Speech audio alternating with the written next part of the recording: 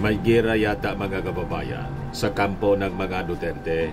There is a raging war. Ito yung latest na balita ngayon mga kababayan. Base sa sinasabi ni Atty. Harry Roque. Updates from The Hague.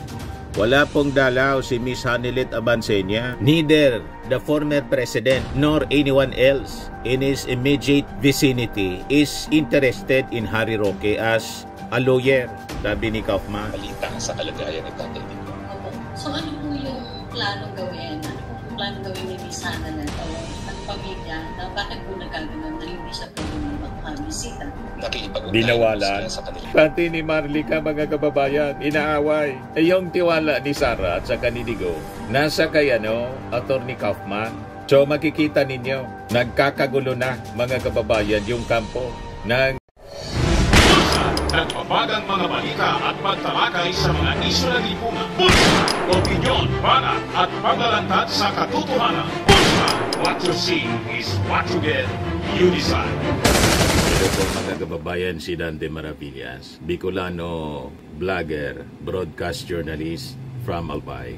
May gira yata mga kababayan sa kampo ng mga Duterte. There is a raging war. Una na nilaglag mga kababayan mismo ni Digong ng kanyang abogado na si Atty. Nicholas Kaufman, itong si Harry Roque. Ngayon na naman po, pati yata si Hanilet Abansenia, the common law wife ni Digong, parang nilalaglag na rin po. Ito yung latest na balita ngayon mga kababayan base sa sinasabi ni Atty. Harry Roque. Updates from The Hague. Wala pong dalaw si Miss Hanilet Abansenia. Pahayag ni Atty. Harry Roque 12 hours ago lang po tungkol sa pagkansila ng pagbisita ni Hanilet Abansenia kay dating Pangulong Rodrigo Roa Duterte sa loob ng ICC Detention Facility. Kinansila. So ang ibig sabihin, pati si Hanilet Abansenia iniiiwas na dumikit pang na dumikit. Sa bagay, naalala ninyo yung interview kay Pulong Duterte nang sabi kung makalabas yung kanyang Tatay Digong, uuwi na sa totoong asawa sa kanyang nanay, si Elizabeth Zimmerman. At siguro, ang isa sa dahilan kung bakit inilalayo na mga kababayan si Hanilet Abansenia kay dating Pangulong Digong dahil sa nauna balita po na linagyan ng for sale. Binibenta na yung old house ni Digong. After one day mga kababayan, tinanggal yung for sale, house for sale, na karatula. Ibig sabihin, inarang po ng unang pamilya ni Digong, inarang ni Sara, inarang ni Pulong, inarang ni Baste siguro. Ibebenta yung old house. Siyempre pa siguro din si Hanilet. Pero sabi si Hanilet, may mansion na rin po at maraming negosyo. Yun ang mga balita. Malamang ito ang rason mga kababayan kung bakit kinansila ang pagbisita ni Hanilet kay dating Pangulong Digong sa ICC Detention Facility. At si Harry Roque, kasi nakakaguluman lang po si Harry Roque, pati Dutch government daw.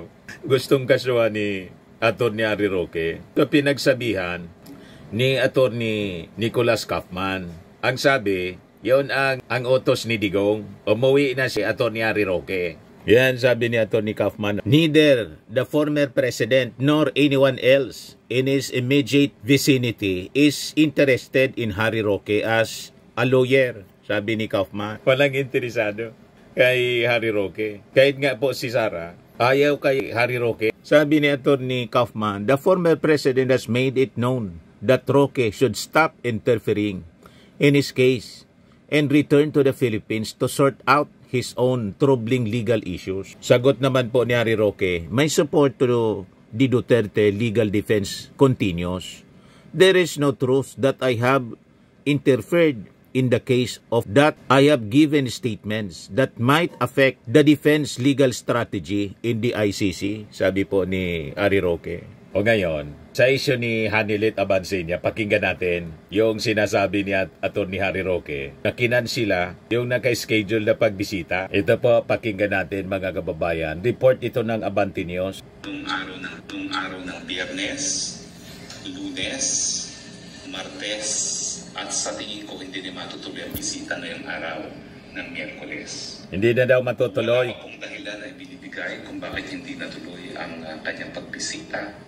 Bagamat naaabala po si Ma'am Hanelet Abansenia bilang isang nurse dahil isang linggo na nga po na walang bisita si Tatay Digong.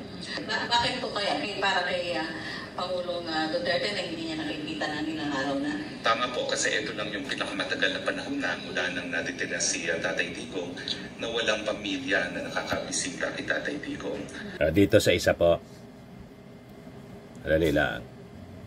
Kasi dati sa Duterte Street, doon siya nagbibigay ng mga statement, kumusta na siya, ano na nangyari sa kanya, di ba? Pero ngayon, parang wala kaming natatanggap. What happened, Attorney?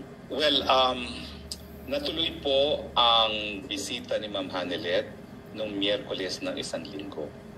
Pero hindi po natuloy ang kanyang bisita noong araw ng Biyernes, Lunes, Martes, at sa tingin ko hindi rin matutuloy ang bisita ngayong araw ng Miyerkules. Wala pa pong dahilan ay binibigay kung bakit hindi natuloy ang kanyang pagbisita. Bagamat naaabala po si Ma'am Hanelet Abansenia bilang isang nurse dahil isang linggo na nga po na walang bisita si Tatay Digong. Pag sinabi niyo pong nababahala, nag-aalala si Ms. Hanelet, bakit po kaya? Parang rin-strict na po. Bawal na yung common law wife yata. Tama po, kasi ito lang yung pinakamatagal na panahon na mula nang naditira si Tatay Digong na walang pamilya na nakakabisita kay Tatay Digong. Ang inaasahan ng lahat ng pamilya ay humingi sila ng 4 na araw kada linggo para mabisita si Tatay Digong dahil nais silang malaman ang kalagayan ni Tatay Digong at ganoon din ang sambayan ng Pilipino, kaya naman nagugulat sila matapos ang kanilang pagbisita. So ito na po yung pinakamatagal na panahon na wala tayong balita sa kalagayan ni Tatay Digong. Opo. So ano po yung planong gawin? Ano po yung planong gawin ni Ms. Hanelet o ng pamilya na bakit po nagkaganon na hindi siya pwedeng makabisita? Nakikipag-ugnayan sila sa kanilang abogado at inaasahan natin na magkakaroon ng kasagutan ng hukuman sa lalong mabilis na panahon dahil ang importante nga po sa pamilyang Pilipino at sa sambayan ng Pilipino ay malaman ang kalagayan ni Tatay Digong dahil siya ay 80 anyos na. Kung malaman ni Ms. Hanelet na ganyan ang pangyayari, ano po ang naging reaction ni Ms. Hanelet? Siyempre po, matinding kalungkutan. No? At inaasahan talaga niya na makakabisita siya matapos yung Miyerkules. Huwebes walang dalaw, so excited siya at extremely frustrated ang malaman niya na pagpunta niya dun sa detention facility na hindi siya makakadalaw. So, anong ginawa niya nung malaman na kipag-usap ba sa inyo para sabihin na bakit anong nangyari? Anong ginawa ni Ms. Sa totoo lang po na wala siya ng mahigit 24 oras. At usap-usapan nga ng mga Pilipino kung dapat na ba kami may gawin kasi mahigit 24 oras, walang kahit anong komunikasyon na tinatanggap si Ms. Hanelet Abansenia. Pero nung araw ng linggo, natawagan ko naman siya matapos ang mga 30 plus hours na walang kontak kahit kanino at nalaman ko nga na hindi natuloy ang pagbisita nung Biyernes. Opo. So ano po yung parang gusto sabihin ni Ms. Hanelet o ng pamilya Duterte sa pamamagitan ninyo, yung pong nagpupunta dun sa Duterte Street kasi palagi kami nga nag-antay din noon na parang naghihintay kami ng update sana pero walang Hanelet na dumating. So ano pong masasabi ninyo doon sa payo doon sa ating mga naghihintay na Pinoy sa Duterte Street? Well, tayo naman po ay nagtitipon-tipon sa Duterte Street para ipakita ang ating suporta kay Tatay Digong. So ipagpatuloy po natin ang ating suporta at ang sasabihin ko lang as antayin po natin kung anong naging dahilan ng kanselasyon ng mga bisita at inaasahan ko naman po na kung hindi makakabisita si Ma'am Hanelet ay may ibang kapamilya na darating sa lalong mabilis na panahon para mabisita si Tatay Digong. So kapag may dumating na pong kapalit ulit, si Ms. Hanelet babalik sa Pilipinas o magstay siya muna dito, ayusin na para makabalik siya muli yung maayos yung visitation niya? Well, sa ngayon po, ang alam ko, nakipag-unayan sila sa kanilang abogado para nga matuloy ang pagbibisita. Pero whether or not matuloy o hindi, ang alam ko, ang pulisiya ng pamilya ay merong isang matitira rito, isang next of kin, para kung merong mangyari kay Tatay Digong. So may bisita o wala, meron pong kamag-anak dito na mananatili sa dahig hanggang mapalitan si Ma'am Hanelet, hindi po siya aalis. Salamat po, Smokes. Aming salamat din po. Malinaw po, nirestrict si Hanilet. Malamang, mga kababayan, somebody from the family. Siguro, hindi naman po si Digong ang nag-restrict. Somebody from the family ni Digong, yung unang pamilya, ang nag-restrict kay Hanilet na makabisita pa kay Digong. At ipinadaan po sa abogado kay Atty. Kaufman. Kaya si Atty. Kaufman, inaaway na ni Atty. Harry Roque. Pati ni Marlica, mga kababayan, inaaway. Yung tiwala ni Sara at saka ni Digong, nasa kay Atty. Kaufman. So makikita ninyo, nagkakagulo na, mga kababayan, yung kampo ng mga Duterte dito sa issue ni Digong na nakakulong, mga kababayan, sa ICC. Ang theory natin, kasi nakakagulo, yan ang ating theory, nagugulo yung yung issue, yung kaso. Kaya siguro gustong i-restrict. Kasi kung ano-ano yung mga pinagsasabi, si Atty. Harry Roque, tapos yung kanyang mga kasama, pati si Hanilet, laging inaabangan, mga kababayan, ng mga vloggers na naka-base doon sa dahig, idaldal ng daldal na kahit kung ano-ano. Kung ano-ano na pinagdadaldal. You just imagine, yung lugar doon sa dahig, harap ng ICC, pinangalanan na nila Duterte Park, Duterte Street. Matindi, mga kababayan. Kaya sabi dito, ng mga nag-react, kawawa naman, rejected na yung sa WPS arbitration case, rejected pa ngayon. Sabi ni Ronnie C. Cabra, isinusuka na ng mga Duterte pati ng Netherlands. Bakit pinagpipilitan pang isiksik ni Harry Roque ang sarili niya? Dito ka sa Pilipinas, andito pamilya mong nagmamahal sa'yo. Sabi ni Sir Elrabe, si Atty. Kaufman ang lead counsel. Si Atty. Harry, lead counsel. Yung leave na dyan sa dahig kasi hindi ka kailangan. Pati si Hanilet, pinansin na yung pagbisita. Restricted na rin siya na makapagbisita kay Digong. Harry Roque, go home. Sabi ni Dongski, sabi ni Rani Torres, inantay ka na ng mga kaso mo dito. Sabi ni Neil Baronda, it's his character as pakialamero. There's always a chaos wherever he is in.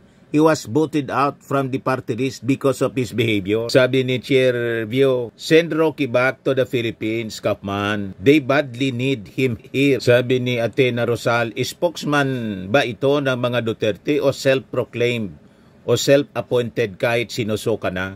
Sabi ni Alan Regalado, mga talaga, mga DDS. Sabi ni Taong Kalye, ginagamit mo lang mga Duterte para iwasan ang mga kaso mo sa Pinas. Pampagulo ka lang, Roque, dubayan mo na ang mga Duterte. Sabi ni Kagawa Daryl, Atty. Harry Roque, isuko mo na po sa Panginoon lahat ng bigat na nararamdaman mo para saan ka lumalaban.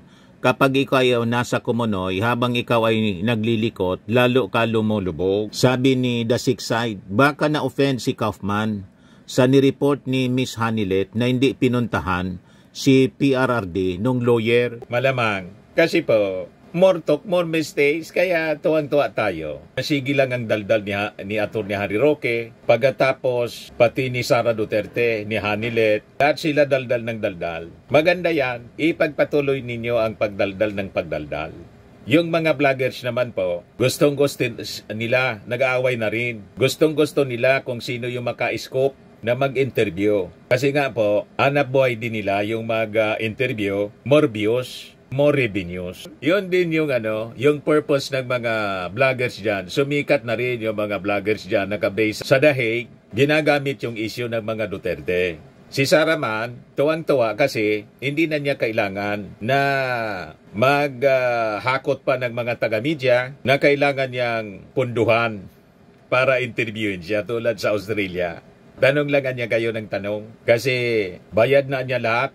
Yung accommodations ninyo in all, plane ticket ninyo anya, sayang, nagagamitan sila mga kababayan. Dahil wala ng kontrol sa kakadaldal, imbis mapabuti yung kalagayan ni Digong, hindi makontrol yung flow ng information, lalong napapasama. Nakamasid yung mga judges sa mga pinagagawa nila dyan. Pati tuloy yung interim relief, hindi mapagbigyan. Kaya si Kaufman, mga kababayan, ang sabi, gusto nang makipag-usap sa ating Pangulong Bongbong para sa interim relief. Galit, mga kababayan. Si Atty. Roque, ito, sabi ni Harry Roque, tama ba na humingi tayo kay Marcos Jr. na pauwiin si Tatay Digong sa Pilipinas. Siguro naman alam nyo kung anong aking sagot. Hindi, hindi, hindi. Si Marcos Jr. ang nagpakidnap at nagpadala kay Tatay Digong sa dahig at hindi siya makikiusap kay Marcos Jr. na siya ipauwin sa Pilipinas. Mas nanaisin pa siguro ni Tatay Digong na pumanong na sa kulungan sa dahig kesa humingi ng pabor o tumanaw ng utang na loob dyan sa Marcos Jr. na yan. Tama ba na humingi tayo kay Marcos Jr. na pauwiin si Tatay Digong sa Pilipinas? Siguro dahil sa kadadaldal mga kababayan ni Harry Roque, napipreempt yung mga plano ni Attorney Kaufman. Kaya kinausap siguro ni Attorney Kaufman yung kanyang kliyente. Pagsabihan mo niya, itong si Attorney Harry Roque na umuwi na lang. Or else, hindi kita matutulungan na ma-release. Kasi daldal ng daldalan niya si Attorney Harry Roque. Nauna pa sa mga desisyon natin. Yan siguro mga kababayan. At pati si Hanilet, kinansila na yung mga pagbibisita. Kasi ganun din. Paglabas mga kababayan ni Hanilet, mula doon sa detention cell, pa-interview din siya. Daldal din ang daldal mga kababayan ng kung ano-ano, unfiltered. Yung mga pinagsasabi na imbis makatulong sa kaso na maayos, along nakukumplika, kinansil po mga kababayan yung pagdalaw. No visitor allowed now. Nagbibigay alam ko lang po no, na nakansela po ang mga bisita ni Ma'am Hanilet Abansenia kay Tatay Digong noong Biyernes na nakalipas, kahapon, Lunes at ngayong araw, no, Tuesday. Wala pong opisyal na dahilan kung bakit nakansela yung mga pagbibisita nito. Mula nung huling nakadalaw po si Ma'am Hanilet last Wednesday, mag-iisang linggo na po na walang dalaw. At syempre po, hindi naman maalis sa pamilya na sila ay mabahala dahil dyan tayo sa po si Tatay Digong. Nung nalaman ni Miss Hanilet yung desisyon, ano ang naging reaction niya? Ako siguro hindi naman po i-karanggin ni Ma'am Hanilet, but she was really hysterical. Nag-hysterical daw? Kalungkutan dahil tinaasahan talaga siya yung kinansel yung dalaw? Thursday walang dalaw, so she was really looking forward to the dalaw last Friday. Sa kanyang kalambutan po ay wala po siyang hinarap kahit sino at pati po kami ay nabahala sa tulong niya. Naisip pa nga kami na tumawag na ng tulong dahil wala nagpunta sa kanya for 24 hours. Pero nung araw naman po ng Sabado ay sinagutan na po ng tawag po niya na siya yung papahinga lamang. Pero po talagang period na more than 24 hours na walang nakakalam pa rin nangyari sa kanya. Nurse po kasi mga professional si Ma'am Hanilet, so she's very concerned sa tremendous loss of weight. At concerned siya na siyempre natidepress sa Tatay Digong. Kaya nababahala siya na ngayon walang dalaw, lalo mas matigal ang mapasa ni Tatay Digong sa loob ng detention facility. So ano yung parang dapat gawin ni Miss Hanilet? Anong advice niyo as a lawyer? Ang tingin ko yung pamilya ay natapugnayan ngayon sa mga abogado. Huwingin sila ng inaw ng bakit ito nangyayari. Dahil karapatan naman talaga lahat ng mga nakadetain sa ICC na madalaw ng pamilya.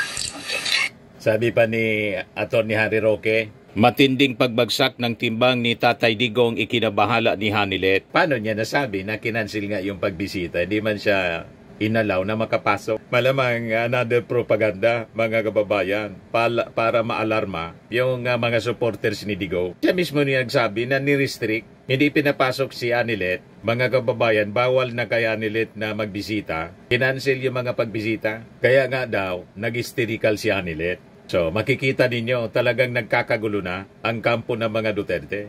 Yan. She's a bit hysterical at talagang grabe ang ganyang kalungkutan dahil inaasahan talaga niya yung dalaw. Dahil uling dalaw nga niya is Wednesday. Thursday, walang dalaw. So, she was really looking forward to the dalaw last Friday. Sa kanyang kalungkutan po ay wala po siyang hinarap kahit sino. Pati po kami ay nabahala. Sa totoo lang, nag-iisip pa kami na tumawag na lang ng tulong dahil walang nagkakaroon ng contact sa kanya for more than 24 hours. Pero pagpatak ng Sabado naman anya ay sinagot na ni Hanilet ang mga tawag sa kanya. Alam na po na siya ay nagpapahinga lamang. Nurse po kasi, professional si Ma'am Hanilet. So she's very concerned doon sa tremendous loss of weight at concerned din siya na siyempre nadidepress ang Tatay Digong. Kaya nababahala siya na ngayong walang dalaw lalong maging mas mabigat ang pasanin ni Tatay Digong sa loob ng detention facility. Drama man sana. Drama naman lang siguro ninyo yan. Pinapauwi ka na nga ni Digong. Diba? Pati yung mga tao dyan sa harap ng ICC detention facility. Umuwi na niya kayo, bayaan na ninyo ako rito, matanda na ako Sinabihan na nga si Sarah na kung mamatay siya, i-cremate na lang. At si Sarah, habang kinikwento ang tungkol sa pagkahilingan na i-cremate siya, nakatawa pa nga si Sarah. Mas kayo ay nag-aalala. Hindi man kayo kaano-ano. Di ba, Ari Roque? Talagang tama yung mga reactions po. Ginagamit lang niya ni Harry Roque ang issue kay Digong para manatili siya doon sa dahig. Pati yung abogado ni Digong, si Atty. Kaufman, ang sabi, umuwi ka na niya. Sabi ni Digong, para harapin mo yung sarili mong problema. Ito naman po, Firmax Firming and Lifting Cream, pinapahid po sa mga pulses in affected area. Mainam po sa paninigas ng mga kaso-kasuan. Ito naman po, Automax Radiant Serum. Sa mukha naman yung application, anti-aging po siya. You will look 10 years younger than your age. Sa mga cancer patients naman po, baka lang gusto ninyo itong itry. Ning siya Red Mix Fruit Drink. Hindi mo po siya gamot, food supplement siya. Kaya lang, gawa siya mga kababayan sa goji berry. Yung goji berry, may anti-cancer properties. O ngayon, yung mga inquiries ninyo, dumiritso na lang kayo sa aming messenger sa Facebook para masagot namin agad. Ayos pa? Ayos na ayos niya, Mr. Maravilla. But anyway, ito po pala yung aming bagong product na binibenta online. I am worldwide amazing pure organic barley powdered drink mix from Australia. Negosyo to ng aking anak na architect entrepreneur Riz Maravillas. Ayan po. Kontakin na lang po ninyo siya, Riz Maravillas on Facebook. Ang mga health benefits niya, boost immunity, improves digestion, enhance energy levels, pack with antioxidants, prevent cancer. Sa mga naghanap po ng malinis and spacious fitness gym, pumunta lang po kayo sa aming Colossal Fitness Gym. May Grab car rental din po kami. Ito naman po yung bago naming product na binibenta online. Eye Glow Serum, whitening po siya. Tingnan ninyo yung epekto sa aking anak na architect before and now. Yung mga inquiries po ninyo, dumiretso na lang kayo sa kanyang Facebook account, Riz Maravillas.